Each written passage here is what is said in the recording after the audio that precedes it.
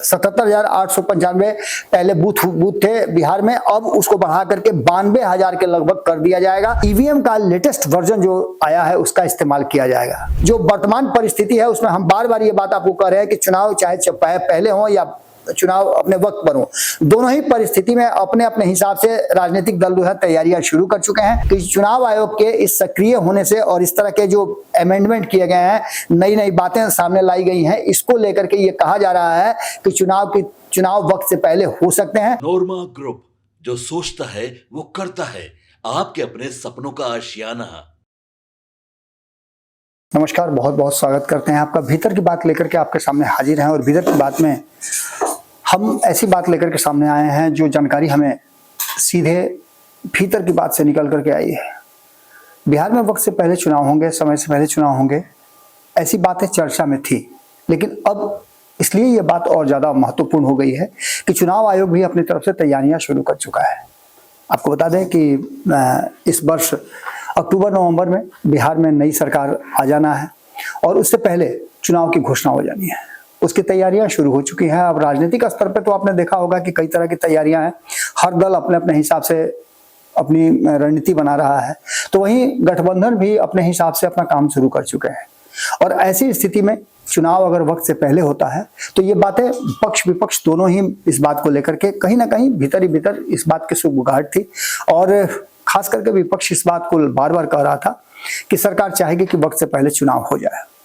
इन सारी बातों को लेकर के अब जो नई टेक्नोलॉजी आई है, हालांकि इस टेक्नोलॉजी का प्रयोग पहले से हो रहा है, लेकिन इस बार बिहार में जो विधानसभा के चुनाव होंगे तो कई ऐसी चीजें हैं जो बदलने की तैयारी शुरू हो चुकी है। चुनाव आयोग अपने हिसाब से तैयारी जो शुरू कर चुका है, तो ऐसा लगने लगा है कि 6-7 महीने पहले जो तैयारी शुरू हो जाएगी, तो इसका मतलब है कि चुनाव वक्त से पहले होंगे क्या।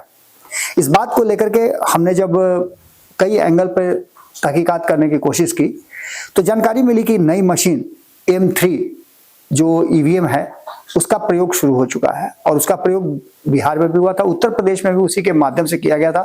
कहा यह जाता है कि ये बहुत ही फुल प्रूफ मशीन है जिसमें किसी भी तरह के कोई छेड़छाड़ की जरूरत नहीं थी। तो एक संदेह उत्पन्न होता है कि क्या इससे पहले वाली मशीन में छेड़छाड़ की गुंजाइश थी क्या। खैर, इस बहस पर हम नहीं जाएंगे। हम सीधे तौर पे आपको बता दें कि बिहार में बूथों की संख्या बढ़ाने की बात चल रही है। इससे पहले आपको याद होगा कि इस चुनाव के बाद परिसीमन की भी बात सामने आ गई है, वन नेशन वन इलेक्शन की भी बात आ रही है और इन्हीं सब विषयों पर बातचीत करने के दौरान जो तथ्य हमारे सामने आ रहे हैं, जो चीजें हमारे सामने आ रही हैं, उसमें बिहार में इस साल चुनाव होने हैं और उस चुनाव को लेकर के जो तैयारियां शुरू हो गई है, उसी में राज्य के मुख्य निर्वाचन अधिकारी ने 29 जिलों के एसपी के साथ एक बैठक की है। उस बैठक के बाद से ये बात और ज्यादा गंभीरता के साथ सोची जाने लगी है और राजनीतिक गलियारे में चर्चा है कि क्या चुनाव वक्त से पहले होंगे। हालांकि इन सारी बातों को लेकर के बैठक में उन्होंने अपराधियों को लेकर के, आपराधिक मामलों को लेकर के और इसकी पूरी जानकारी जो है इकट्ठा की। मुख्य निर्वाचन अधिकारी ने सभी डीएम के साथ अलग से एक बूथ वाइज जो है वो ही वेरिफिकेशन की बात की। इसके साथ साथ बहुत सारे निर्देश भी दिए गए। एक अहम फैसला ईवीएम को लेकर के हुआ। आयोग ने फैसला किया कि बिहार में विधानसभा के जो चुनाव होंगे उस चुनाव में ईवीएम का लेटेस्ट वर्जन जो आया है उसका इस्तेमाल किया जाएगा। हमने पहले बताया आपको कि उत्तर प्रदेश में इसका इस्तेमाल हो चुका है और इसे अब M2 नहीं बल्कि M3 वर्जन से जो है रिप्लेस किया जाएगा और इसके उपयोग से इस बार लेटेस्ट वर्जन वाले M3 से बिहार में चुनाव कराए जाएंगे। ईवीएम का इस्तेमाल उत्तर प्रदेश विधानसभा चुनाव में किया जा चुका है, जिसकी जानकारी हमने पहले भी दी और आयोग के निर्देश पर जल्द ही जल्द राज्य में ईवीएम मंगा करके उसकी व्यवस्था कर दी जाएगी और उस पर जो ट्रेनिंग है, टेक्नोलॉजी को समझाने की बात है, जो अधिकारी होंगे, चुनाव अधिकारी होंगे, उन लोगों का भी पहले से जो है प्रशिक्षण वगैरह कर लिया जाएगा। इसका सीधा सीधा मतलब आप समझ ही रहे होंगे कि चुनाव की तैयारी अभी से चुनाव आयोग ने शुरू कर दिया है। क्योंकि देश भर में सिर्फ एकमात्र बिहार है जहां चुनाव होना है, तो इसको लेकर के भी काफी कुछ अब देखने को सामने मिल रहा है। M3 384 प्रत्याशियों की जानकारी इसमें रखी जाती है और M3 इलेक्ट्रॉनिक वोटिंग मशीन की 3rd जनरेशन है। इसमें 24 बैलेट यूनिट और 384 प्रत्याशियों की जानकारी रहती है।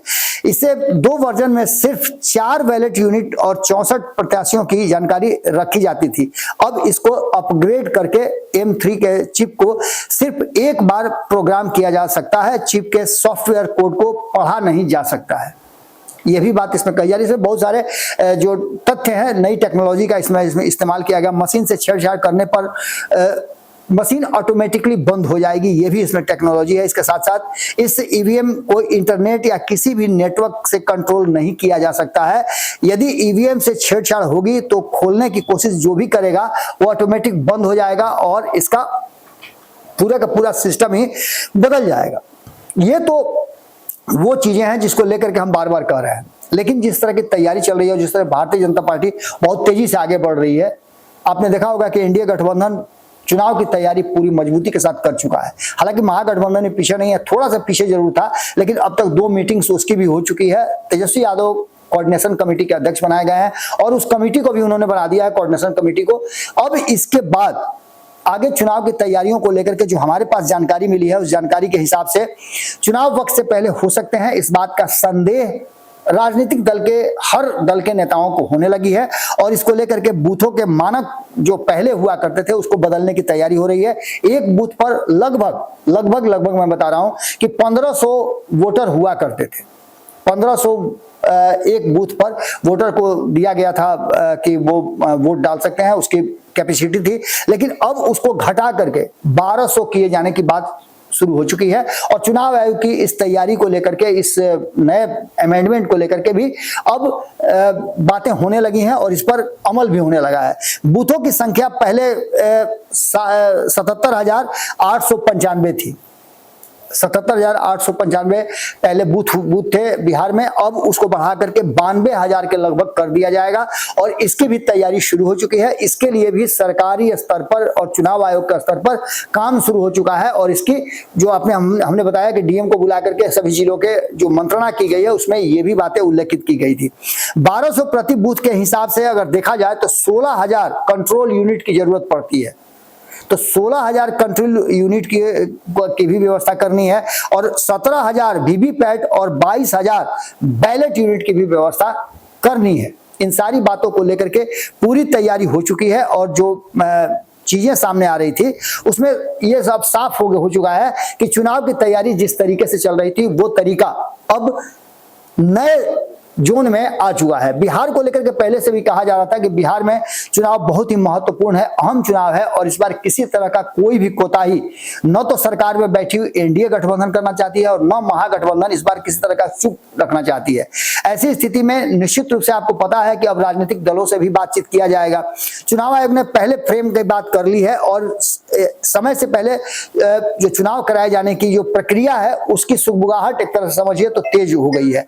विधानसभा चुनाव में नई मशीन का यूज किया जाएगा और इसकी तैयारी को लेकर के ही सारी बातें कही जा रही है कि कहीं ना कहीं अब इस नई मशीन के तहत जो तैयारियां शुरू हो चुकी हैं, जो बूथों का संख्या बढ़ाने की बात चल रही है, एक बूथ पर 1200 लोगों को 1500 की जगह किया जा रहा है, ये सारी बातें मंत्रणा के और मंथन के दौर से गुजर चुका है और इसे अब एक्ट किया जाएगा, यानी एक्शन में ये आ जाएगा। ऐसी स्थिति में यह भी आपको पता होगा कि चुनाव से पहले राजनीतिक दल के नेताओं से जो स्थापित दल है उन दल के नेताओं को बुला करके और चुनाव आयोग की टीम बात करती है और चुनाव कैसे शांतिपूर्ण कराया जाए इसको लेकर के भी मंत्रणा करती है और मंथन करती है।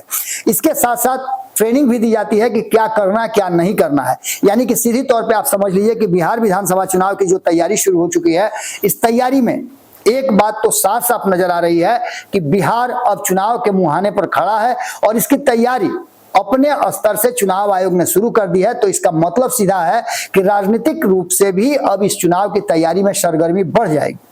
चुनाव की लगातार चर्चाएं चल रही हैं। आपने देखा होगा कि सीट शेयरिंग के समझौता को लेकर के भी अब धीरे धीरे करके बातें खुल करके सामने आने लगी है।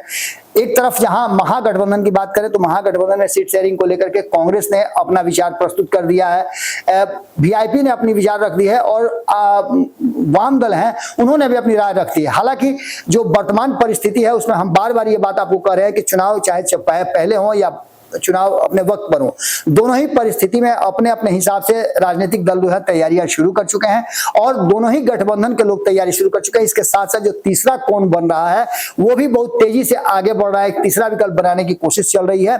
दूसरी तरफ आपने देखा होगा कि प्रशांत किशोर भी अपने स्तर से तैयारी शुरू कर चुके हैं। अब मेन जो फोकस है वो चुनाव आयोग के एक्ट पर निर्भर करता है। चुनाव आयोग के एक्शन में आने का मतलब माना जाता है कि चुनाव आयोग अब चुनाव की तैयारियां शुरू कर चुका होता है तो चुनाव वक्त से पहले भी हो सकते हैं। हालांकि कहने वाले तो ये भी कह रहे हैं, विपक्ष धीरे धीरे भीतर खाने से आरोप लगा रहा है कि भारतीय जनता पार्टी वक्त से पहले चुनाव करा करके माहौल अपने पक्ष में कर सकती है। अब इसके क्या कारण है, क्या मायने हैं, तो आने वाला वक्त बताएगा। लेकिन चुनाव आयोग की धीरे धीरे करके जो सक्रियता बढ़ रही है उसको लेकर के ये बातें कही जा रही है कि चुनाव आयोग के इस सक्रिय होने से और इस तरह के जो अमेंडमेंट किए गए हैं, नई नई बातें सामने लाई गई हैं, इसको लेकर के ये कहा जा रहा है कि चुनाव वक्त से पहले हो सकते हैं। अब इसमें देखना होगा कि विपक्ष कितना रेडी है और सत्ता पक्ष इसके लिए कितना तैयार नजर आता है। हमारी नजर बिहार की हर छोटी बड़ी घटना पर बनी हुई है, आपकी नजर भारत लाइव पे होनी चाहिए। आप लोगों से एक खुशखबरी भी देनी है कि हमारा भारत लाइव एक बार फिर से वापस आ गया है। बहुत जल्द उस पर खबरें आप देखेंगे। बहुत बहुत धन्यवाद, नमस्कार। आपके सपनों को हमने सजाया है, ई होम्स पैनोरामा को हमने बनाया है। ई होम्स मेरा एक सपना था जिस पे मैं पिछले 4 साल से काम कर रहा था। हमने जो बनाया है वो सबने है माना। ई होम्स पैनोरामा में हो आपका भी आशियाना। और फाइनली हमने 2021 में इस प्रोजेक्ट को लॉन्च किया। बहुत लोग अप्रिशिएट कर रहे हैं कि पूर्णिया जैसे शहर में, बिहार के, एक तो बिहार की बात करें उसमें भी पूर्णिया जैसे छोटे जगह में इस तरह का लाइफस्टाइल देना, ये सुन के हम लोगों को बहुत अच्छा लगता है। ई होम्स में हमने कुछ और भी किया है, जैसे हम जिस जगह में रह रहे हैं हमारे फैमिली सिक्योर हो, उनको सिक्योरिटी का ध्यान में रखा है। आपकी सुविधा और सुरक्षा आपके लिए खास है, ये आपका विश्वास है। इसमें आर्टिफिशियल इंटेलिजेंस का 7 लेयर सिक्योरिटी का हमने इस्तेमाल किया है। लस ग्रीन कैंपस को बनाया है। यदि हमारा बाउंड्री वाल है तो वो वर्टिकल गार्डन है। ये जितनी भी फैसिलिटी होता है एक इंटरनेशनल टाउनशिप में ई होम्स है, ये हम लोग विश्वास नहीं कर पा रहे हैं। जो भी हमारे मित्र दोस्त या जो भी हमारे बाहर के बाहर आते हैं तो हम लोगों को बहुत अच्छा सुनने को मिलता है और बहुत अच्छा क्रेडिट मिल रहा है। वो सारा हमने सिर्फ एक बिल्डिंग नहीं बनाया, हमने एक बहुत अच्छा लाइफस्टाइल दिया ई होम्स में, और मेरा एक सपना था जिसको मैं आज फुलफिल होते हुए देख पा रहा हूँ। ये आपका आवास है। ई होम्स पैनोरामा में अब आपका निवास है। E Homes Panorama, luxurious lifestyle redefined. Panorama group, जो सोचता है वो करता है। अगर ये वीडियो पसंद आई और वह बिहार के राजनीति और बिहारियत से सरोकार रखेनी तो सब्सक्राइब बटन दबा के चैनल के सब्सक्राइब कर ली। ओजे एगो घंटी बा, ओकरा बटन दबा देला से कुल सटीक और मारक खबर रुआ मुफ्त में मिल जाई। अगर रुआ पत्रकारिता के हमनी के नया प्रयोग में सहयोग कर चाहतानी तो ज्वाइन बटन दबा दी।